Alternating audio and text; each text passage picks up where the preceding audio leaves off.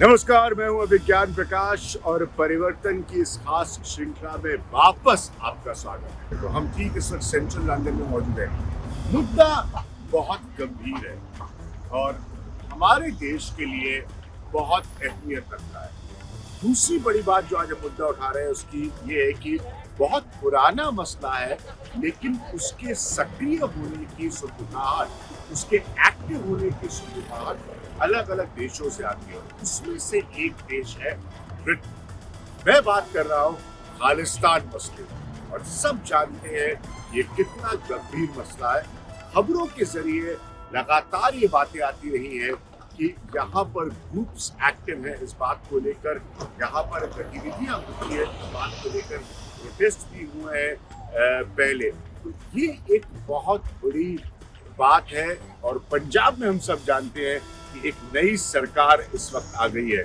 तो दोनों देशों के बीच ये मसला, ये भारत की सॉवरेनिटी से सीधा रिश्ता रखता है। इस मसले का बहुत गहरा रिश्ता है दोनों मुल्कों से, मेरे हिसाब से ब्रिटेन का और भारत का। भारत के लिए इस मसले पर होने वाली कोई भी गतिविधि किसी भी स्तर पर, किसी भी शक्ल या रूप में हो रही हो, वो सही नहीं। खालिस्तान की मांग और मुद्दा दोनों बहुत पुराना है, इसीलिए इसे आज के नजरिए से देखना मेरे हिसाब से उन देशों में बहुत जरूरी है जहां से इस मुद्दे से जुड़े संगठनों के अपने तरीके से सक्रिय होने की खबरें लगातार आती हैं। इन देशों में से एक है ब्रिटेन।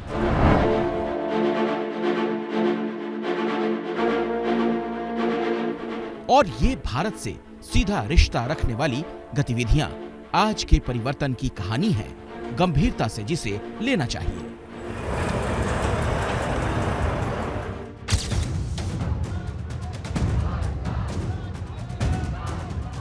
खालिस्तान की मांग की पृष्ठभूमि से जुड़ी घटनाएं बहुत दर्दनाक हैं। 80 के दशक की, या वो इंदिरा गांधी की हत्या हो या 1984 के दिल्ली के दंगे, तो मसला और मुद्दा कितना पुराना है ये हम सब जानते हैं, और भारत पर कितना गहरा असर रहा है इसका ये भी हम सब जानते हैं।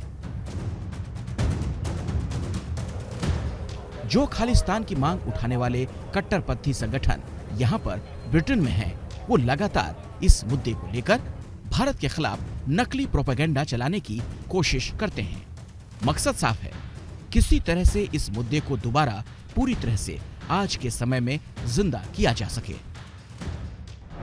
We don't welcome people who want to use our legal system to evade the law here in India. So let me be absolutely clear about that. यहाँ विशेषज्ञों से बात करके ये बात भी सामने आती है, ऐसे कट्टरपंथी सोच के सिखों का प्रतिशत कम है, मगर वो अपनी सक्रियता की कोशिशें लगातार करते हैं। आज भी ब्रिटेन के कई गुरुद्वारों में बड़े बड़े पोस्टर लगे हुए मिलते हैं जरनैल सिंह भिंडरावाला के, जो साफ तौर पर भारत की छवि को नुकसान पहुंचाता है। 2021 में यहाँ पर खालसा टेलीविजन लिमिटेड पर एक बड़ा जुर्माना तकरीबन 47 लाख रुपए का लगाया गया, क्योंकि उसने एक म्यूजिक वीडियो और कुछ प्रोग्राम चर्चा में ऐसे दिखाए जो कि खालिस्तान के मुद्दे पर हिंसा की तरफ इशारा करते हुए माने गए। तो भिंडरावाले के पोस्टर गुरुद्वारों से लेकर टीवी चैनल्स तक कोशिशें मुद्दे पर बराबर होती रहती हैं। अगर हम सक्रिय संगठनों की बात करें तो वैसे तो कई संगठनों की सक्रियता की खबरें आती हैं, लेकिन एक संगठन का जिक्र करना जरूरी है, और वो है सिख फॉर जस्टिस, यानी कि SJF, जिसे भारत ने भी प्रतिबंधित कर रखा है। SJF ने एक रेफरेंडम 2020 का नेतृत्व किया था, लेकिन नवंबर 2021 में यह खालिस्तान का रेफरेंडम कुछ भी असर नहीं दिखा पाया, जो कि लंदन में हुआ था। इसीलिए इस बात का जिक्र होता है कि ऐसी सोच के सिखों का प्रतिशत बहुत कम है, मगर इसका मतलब उसे कम गंभीरता से लेना कतई नहीं है। अप्रैल 2022 में ब्रिटेन के प्रधानमंत्री ने साफ तौर पर कहा था कि वो ब्रिटेन में खालिस्तान के समर्थन वाले संगठनों से निपटने को तैयार है और ऐसे संगठनों को ब्रिटेन में बर्दाश्त नहीं किया जाएगा। लेकिन गतिविधियां उनकी सरकार के नाक के नीचे होती हैं, जो भारत के खिलाफ एजेंडा और प्रोपेगेंडा चला रही है। इसीलिए दोनों देशों के बीच समन्वय यानी कि कोऑपरेशन और ब्रिटेन का इसको गंभीरता से लेना, दोनों बातें बहुत अहमियत रखती हैं। मैं जहां मौजूद हूं उसके ठीक पीछे वेस्टमिनिस्टर एबे है। ये बहुत मशहूर इमारत है लंदन की, लेकिन फिर भी मुझे आपको बताना जरूरी है कि ये ट्रैवल प्रोग्राम नहीं है। तो हम वापस आएंगे अपने मसले पर। खालिस्तान पर हम एक गंभीर चर्चा कर रहे हैं इस परिवर्तन की खास श्रृंखला में। एक पॉइंट जो बहुत अहम निकल कर आता है वो ये है कि बहुत सारे जो ग्रुप्स छोटे छोटे स्तर पर सक्रिय है, उनमें से वो ग्रुप्स भी है जिनको भारत ने बैन किया हुआ है, जिन पर भारत ने पाबंदी लगाई हुई है। इसीलिए मैं इस बात पर स्ट्रेस कर रहा हूं, जोर दे रहा हूं इस प्रोग्राम के जरिए कि जरूरी है जानकारी के स्तर पर और सहयोग के स्तर पर दोनों देशों ब्रिटेन और भारत के बीच इस मुद्दे पर नजर बनाए रखना और इसकी किसी भी छोटी मोटी सक्रियता पर नजर बनाए रखना, क्योंकि ऐसे ग्रुप्स हैं जिनको भारत ने भी बैन किया हुआ है, प्रतिबंधित किया हुआ है। जब परिवर्तन की बात करते हैं, दुनिया में ये सब मसले हैं जो सीधा प्रभाव और असर रखते हैं हमारे देश के ऊपर। वीरेंद्र शर्मा साहब है जो कि लेबर के एमपी हैं यहाँ पर। कितना गंभीर और एक्टिव है खालिस्तान की मांग का मसला यहाँ? देखो, ये किस एंगल से लेते हो, ब्रिटिश पॉइंट ऑफ व्यू से या इंडियन पॉइंट ऑफ व्यू से? स्वाभाविक है इंडियन पॉइंट ऑफ व्यू से, और ब्रिटेन की उसमें एक भूमिका होगी। ब्रिटेन इसको सीरियसली नहीं लेता। क्यों? क्योंकि वो नहीं समझते कि उस पर इनका कोई इम्पैक्ट है। British economy, British way of life में खालिस्तान मूवमेंट का या जो लोग खालिस्तान की प्रमोट करते हैं उनका कोई असर नहीं है।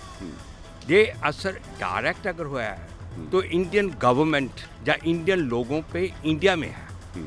क्या इंडियन गवर्नमेंट ब्रिटिश गवर्नमेंट के साथ इनका कोई डीलिंग है टू स्टॉप इट? मैं वापस ही अपने पॉइंट पर स्ट्रेस कर रहा हूँ। एडवांटेज लेते हैं, फायदा लेते हैं, तो ये तो बहुत भविष्य के लिए गंभीर सिचुएशन हो सकती है ना सर? ये तो आप कह रहे हैं ना कि वो नजायज फायदा उठा रहे हैं या अब्यूज कर रहे हैं। क्योंकि सरकार सीरियस नहीं है तो वो अपनी एक्टिविटीज को अंजाम दे रहे हैं। इसका जो कंसर्न है वो तो इंडियन गवर्नमेंट को चाहिए ना। इंडियन गवर्नमेंट को कम्युनिकेट करना चाहिए ब्रिटिश गवर्नमेंट के साथ क्या यहाँ का इंडियन हाई कमीशन उसको सीरियसली ले रहा है? कहाँ उन्होंने इसको रेज किया है? कहाँ वो क्वेश्चंस आए हैं कि यहाँ पर वो बोले कि भाई यहाँ पर एंटी इंडिया एक्टिविटीज़ को अगर कोई इनकरेजमेंट मिल रही है तो उसको कैसे स्टॉप किया जाए? आप कन्फर्मिटी से कह सकते हैं कि ब्रिटेन से कोई जैसे खालिस्तान का मूवमेंट चलाने की कोशिश कर रहा है या उसकी मांग का मूवमेंट चलाने की कोशिश कर रहा है, फंडिंग के कोई रास्ते नहीं है? क्योंकि टेरर फंडिंग अब पूरी दुनिया का बहुत बड़ा मसला है। मेरा सवाल ये है, पूरी बदलती हुई दुनिया का एक बड़ा गंभीर सवाल है terror funding. Everybody accepts it जी कि भाई टेरर फंडिंग हो रही है, कोई गलत लोग उसको फंडिंग कर रहे हैं, फंडिंग किसी ओवरसीज से आ रही है, कहीं भी आ रही है। लेकिन ये responsibility first of all Indian government की है। जब इंडिया में फंडिंग हो रही है, जहाँ से पैसा वहाँ जा रहा है, किस तरीके से जा रहा है, कौन सी डायरेक्शन से आ रहा है, उसको कैसे ब्लॉक करना है, कैसे उसको स्टॉप करना है, जो तो इंडियन गवर्नमेंट की रिस्पॉन्सिबिलिटी है। यहाँ की अगर इंटरेस्ट पे हो रहा है, यहाँ का उसके डायरेक्ट नहीं है, तो why they should take the responsibility. अगर ब्रिटेन की जमीन इस्तेमाल हो रही है ऐसा करने के लिए, तो फिर क्या ब्रिटेन नहीं इन्वेस्टिगेट कर सकता? क्या उसके लोग एजेंसीज नहीं पता कर सकते? पहले ये question government to government raise होना चाहिए। मैं बार बार फेयर पॉइंट, क्या इंडियन गवर्नमेंट ब्रिटिश गवर्नमेंट के साथ ये पॉइंट रेज कर रही है? अगर कर रही है उसका क्या हाँ एविडेंस है? अगर एविडेंस के साथ ये है कि भाई ब्रिटिश गवर्नमेंट उसको पॉजिटिवली रिस्पॉन्ड नहीं कर रही, तो ये इंडियन गवर्नमेंट की रिस्पॉन्सिबिलिटी है to question the Indian British government. इस एपिसोड में एक घटना का जिक्र करना मेरे हिसाब से बहुत जरूरी है, और वो 2019 की घटना है जब धारा 370 हटाई गई थी। तब की घटना है। तकरीबन 10,000 लोगों ने भारतीय उच्चायोग के सामने प्रदर्शन किया था और बसों में भरकर उन्हें ब्रिटेन के अलग अलग हिस्सों से लाया गया था। इसमें स्वाभाविक है कि कश्मीर को लेकर जो लोग अपनी आवाज उठा रहे थे वो हैं, और साथ में उनके समर्थन के लिए प्रो खालिस्तानी वॉइसेस, आवाजें भी थी। अब ये इसलिए इम्पोर्टेंट पॉइंट है क्योंकि फिर ऐसा माना जाएगा कि इन 10,000 लोगों की संख्या को देखते हुए जिन्होंने तब प्रदर्शन किया था कि वो भी उसी सोच की तरफ है जो भारत की सॉवरेनिटी को, अखंडता को, उसको नुकसान पहुंचाने का संकेत देता है और उस पर सवालिया निशान उठाता है, जो कि कतई भी, हम जानते हैं ये हमारी स्टेटेड पोजीशन है, जो कि कतई भी किसी भी रूप से माना नहीं जा सकता। इसीलिए ये 2019 की जो प्रदर्शन की घटना है वो महत्वपूर्ण हो जाती है। यहाँ पर जो भी इस तरह की एक्टिविटीज होती हैं जो हम जानते हैं कि हमारे सॉवरेन स्टेट इंडिया को हर्ट करती है, उसको चोट पहुंचाती है, उसको बहुत ज़्यादा गंभीरता से लेने की ज़रूरत नहीं है, क्योंकि वो यहाँ की सोसाइटी और इकोनॉमिक्स और पॉलिटिक्स को अफेक्ट नहीं करती। यहाँ की सियासत, यहाँ का समाज, यहाँ की अर्थव्यवस्था, उसको उस पर असर नहीं डालती। आप भी यही राय, या आपकी भी यही ओपिनियन है? तो मेरी तो ये ओपिनियन है, जिन्हें खालिस्तान चाहिए they should go to India. It's a secular democratic country, they have a right to fight election, make popular political parties, have a manifesto कि हमने जीत के आज़ादी लेनी है या सेपरेट होना है। बट यहाँ बैठ के जिन्होंने कभी इंडिया जाना ही नहीं, they been here and they are being paid by the foreign governments. इसको इतना गंभीरता से लेने की जरूरत नहीं, क्योंकि पता क्या है, ये they are just for their own importance, their own value they are creating. पर हिंदुस्तान में 99.9% सिख जो हैं वो कभी सोचते नहीं। और इनको सोचो कि अगर खालिस्तान बन भी जाए फिर आपको दिल्ली जाने के लिए वीज़ा लेना पड़ेगा। आपको जो हिस्टोरिकल गुरुद्वारे हैं जैसे हजूर साहब है, पौंटा साहब है, जो पटना साहब है, तो आप वीज़े लेते रहोगे। लेकिन भिंडरे वाले की आप तस्वीरें लगा रहे हैं, पोस्टर लगा रहे हैं कुछ गुरुद्वारों पर, ये सब चीज़ें फिर वही है ना कि आप एक सेंटिमेंट को प्रमोट कर रहे हैं जो भारत को हर्ट करता है, जो भारत को नुकसान पहुंचाता है। उन्होंने जो गुरुओं की वो डैमेज कर रहे हैं ना, आज बच्चे को पता नहीं कि भिंडरा वाला सिख गुरु है या गुरु गोविंद सिंह सिख गुरु है या गुरु तेग बहादुर है। They are illiterate people, very little knowledge. उनको ये भी पता नहीं लगता कि harm they are doing to the legacy of Sikh gurus, those who stood for India। दुनिया का बड़ा कंसर्न है और वो पैसे की फंडिंग है, terror funding.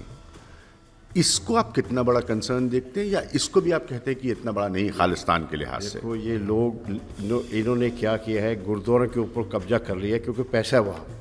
So this is there narrative. अच्छा आदमी वहाँ कोई जाता नहीं है गुरुद्वारे में, क्योंकि these are now making money for their own personal use. So I think ये बहुत ही डैमेज कर रहे हैं हमें। इनको बिल्कुल टेरर फंडिंग, उसकी चिंता है सर? बहुत ज़्यादा फंडिंग है। और अभी government of United Kingdom is going to take very serious step.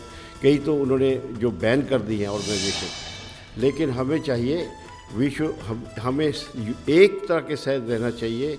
ये 4-5 आदमी जो 100-200 है उनको इग्नोर करना चाहिए। सिखों की हिस्ट्री देखें, उनकी गुरु की हिस्ट्री देखो, वो इंडिया के लिए और इंडिया के लिए ही रहेंगे।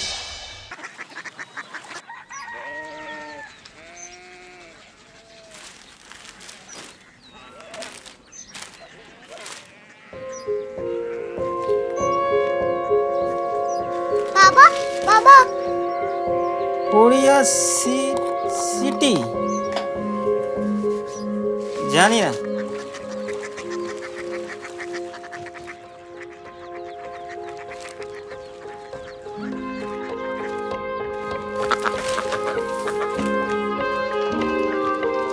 Korea city?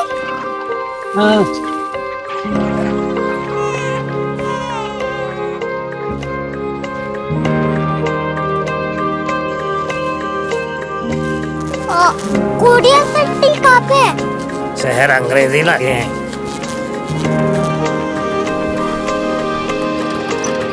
Korea city.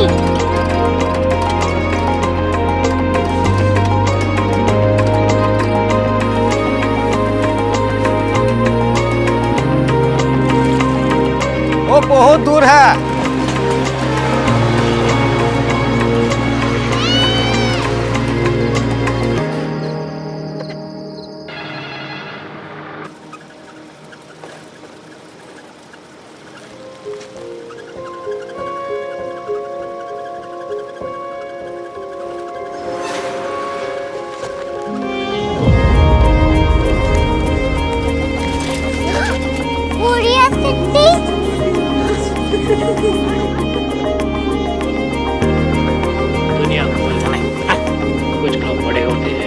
Curiosity कहाँ है? प्रोफेसर साहब को पता होगा। हो, ये छोटा वाला ग्लोब लगता है। और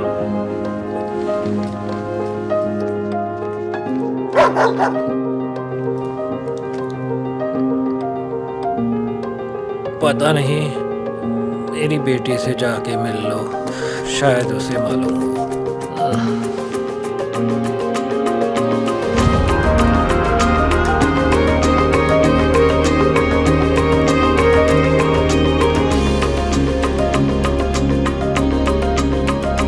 हाय,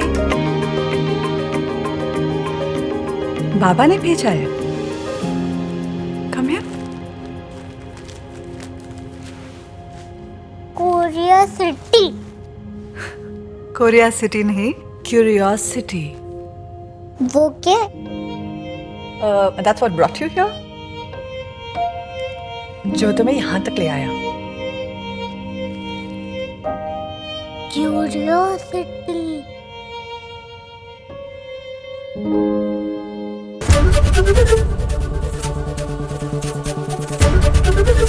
एबीपी न्यूज आपको रखे आगे।